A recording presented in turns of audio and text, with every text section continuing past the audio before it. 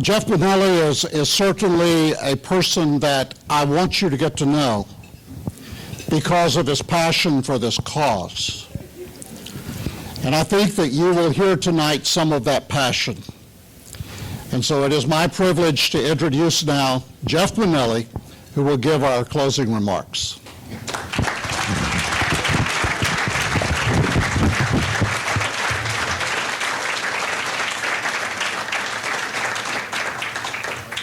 Get him, Superman.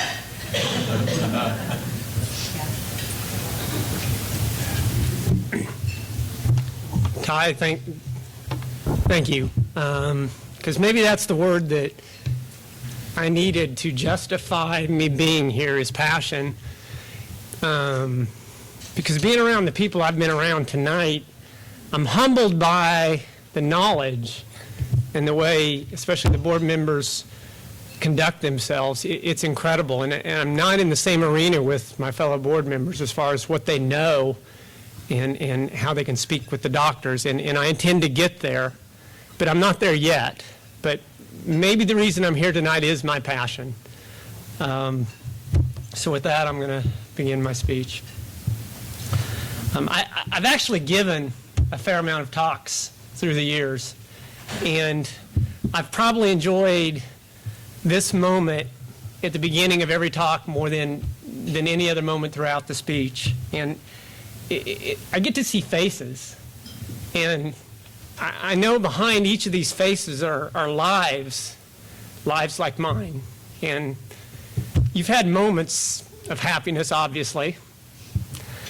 You've had moments of sadness, and you've had, times that were really, really complicated.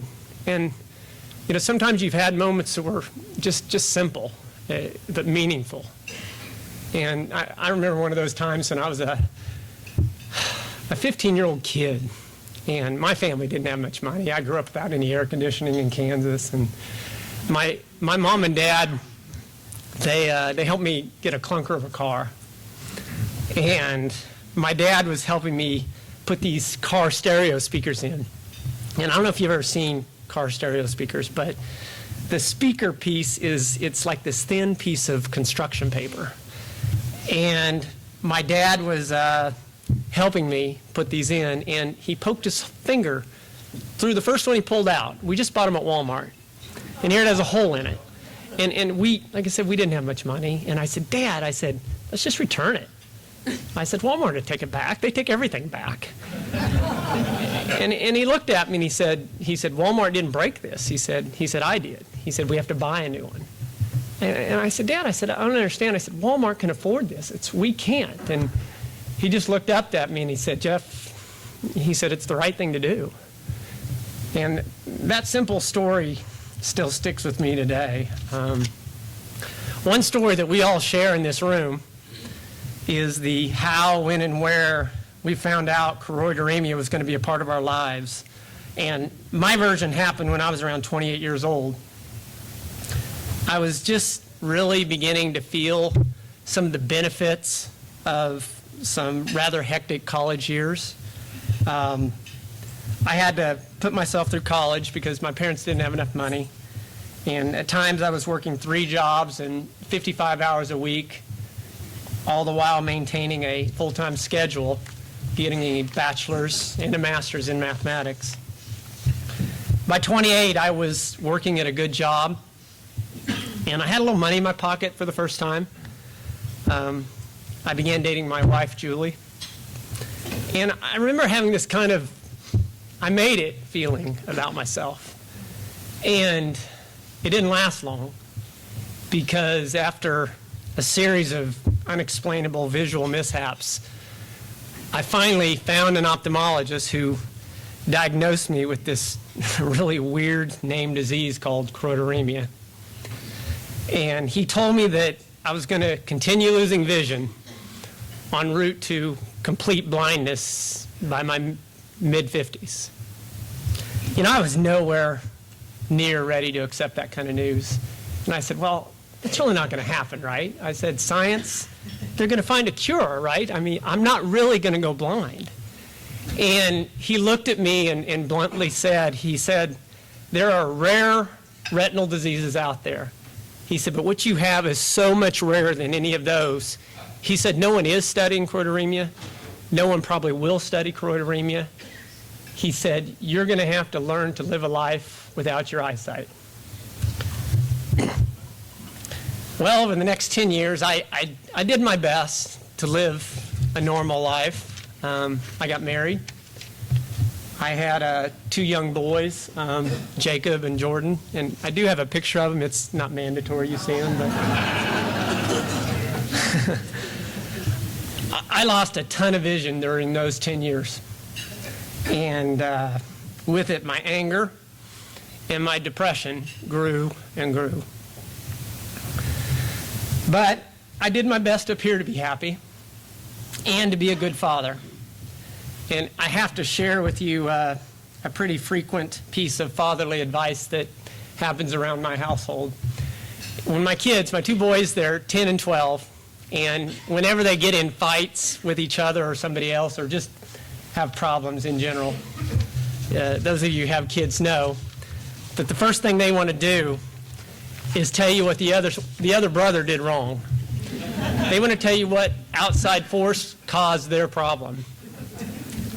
That doesn't get very far in my family because I tell them, I said, I don't care what caused your problem. I don't care what your brother did wrong. I want to know what you did to solve your problem. What did you do to stop the fight? And, well, ask me what I did during those 10 years. I did nothing. That was 10 years of networks not tapped. 10 years of personal contributions not given. And 10 years of no awareness gained because of me. And I apologize to everyone for that. Now, every now and again, I'd exchange an email with, what's this guy's name? With this guy by the name of Corey. He was somehow affiliated with some dinky organization, Choroideremia Research Foundation, I think was the name. And every time I would either speak or exchange an email with this guy, he'd suggest that I have a wine tasting or a beer tasting or a garage sale or a dinner to raise funds and awareness for choroideremia. And I'd always leave thinking this well-intentioned, good-hearted man was delusional.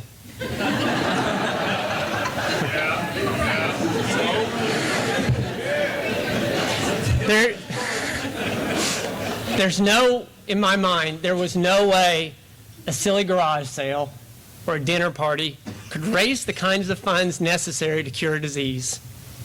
It'd be a token gesture at best. So again, I did nothing. All I knew was that I hated being blind. I had enough vision to see what other fathers were able to do with their sons. And yet I couldn't even see my sons' whole faces. I couldn't be left alone with them because I couldn't keep them safe. I hated choroideremia for taking the life that I loved away from me. Before choroideremia entered my life, I felt I was a confident, intelligent, happy person, good person. But now, I find myself crying in the showers, and my temper, as my wife will let you know, is frequently at last straw level. Choroideremia didn't make me this way. It just exposed these character flaws in me, and I again hate it for that.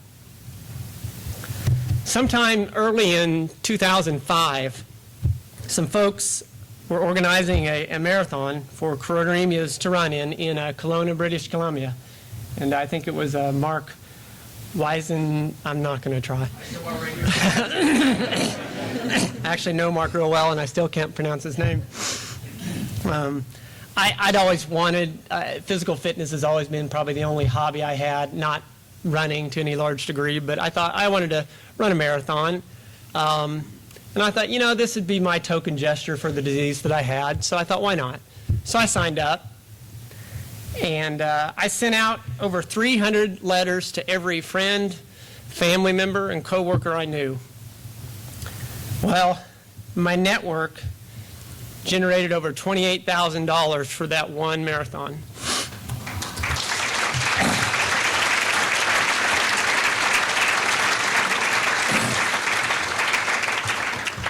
It made me realize for the first time that there is no such thing as a token gesture.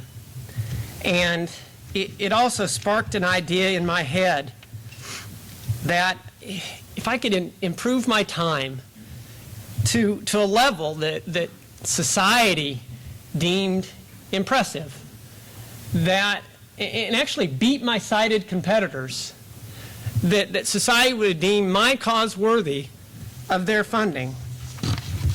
So I set my goal to run a 3-hour marathon, which is something that less than 1% of runners can say they've ever accomplished, especially not 40-something-year-old blind men. I trained and competed in 6 marathons in the name of choroideremia. And everybody thinks that I enjoy running.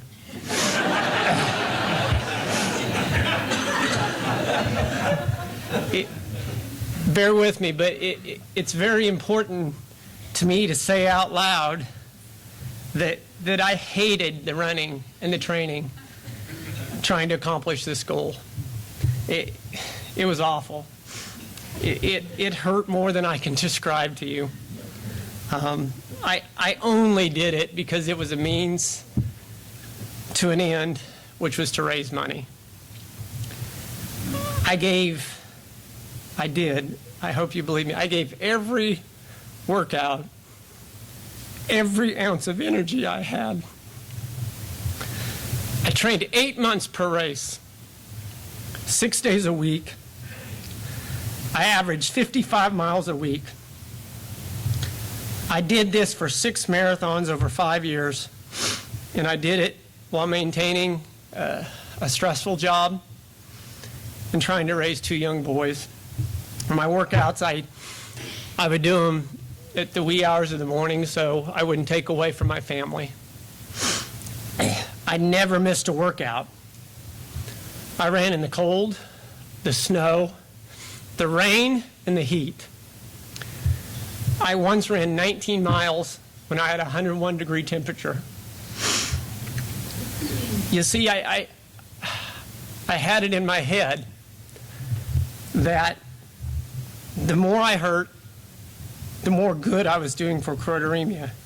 And if I missed one workout, I was quitting for the cause. I ran over 10,000 miles in the name of choroideremia.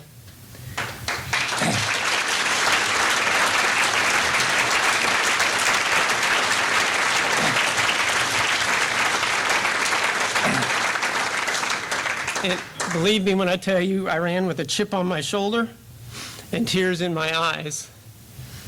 I was fortunate. I managed to be in 9 newspaper articles, 3 TV interviews, 3 magazines, and 1 radio.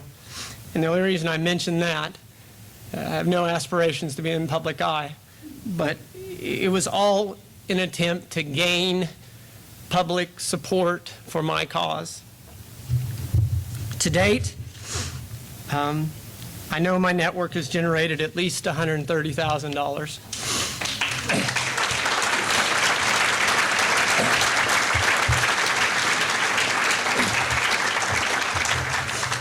That token gesture back in 2005 got me committed. I now forfeit every Christmas and birthday gift in exchange for a donation to the CRF.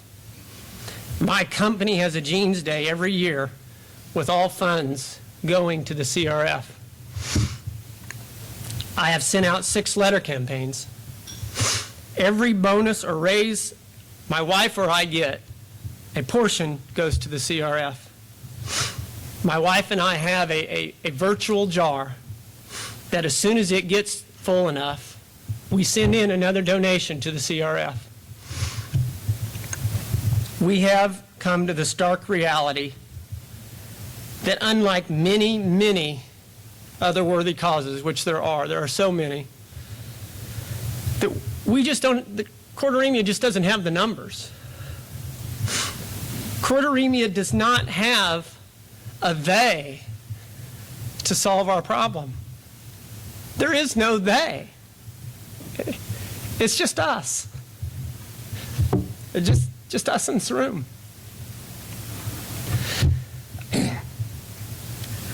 We're all we've got. There is nobody else. So my wife and I have come to an agreement as a family that the Chorderemia Research Foundation will be the only charity we give to until this disease is gone forever. This is going to be obvious, but at 46 years old, I'm still just as sad and just as mad as I ever was. Chorderemia has taken so much from me and my family. My heart aches and tears well up in my eyes if I allow myself to think of all I've missed with my family and my 2 young boys. I see babies that I've held in my arms starting to drive, and yet I need help finding a public restroom. I still put my boys to bed every other month with one of them crying because they know Dad will not be able to see them in a few years. I have no doubt my wife cries when she's alone. And I still cry in the showers when I just can't hold it in any longer.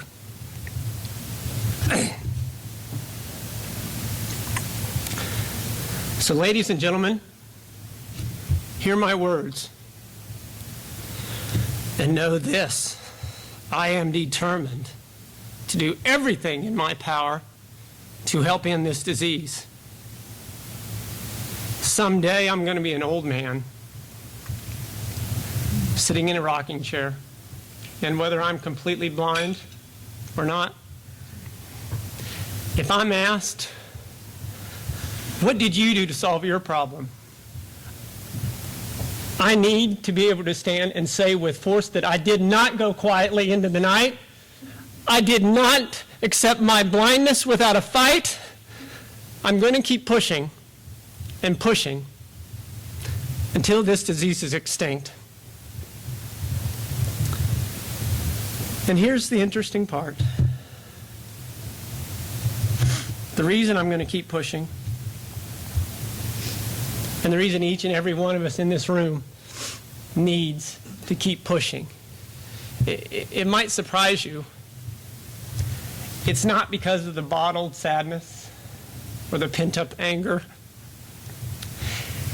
And it's for me, it's not even because it's the only chance I have of seeing those 2 boys as teenagers or adults. The reason it's actually very, very simple. It's like my dad said many years ago. It's just the right thing to do. Thank you.